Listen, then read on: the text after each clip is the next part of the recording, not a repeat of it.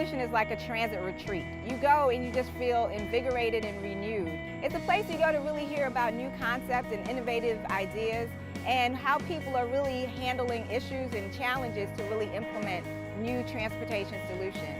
And it's not just about transit, it's about bicycle and pedestrian improvements and the overall environment of creating an environment where people have a safe and sustainable place.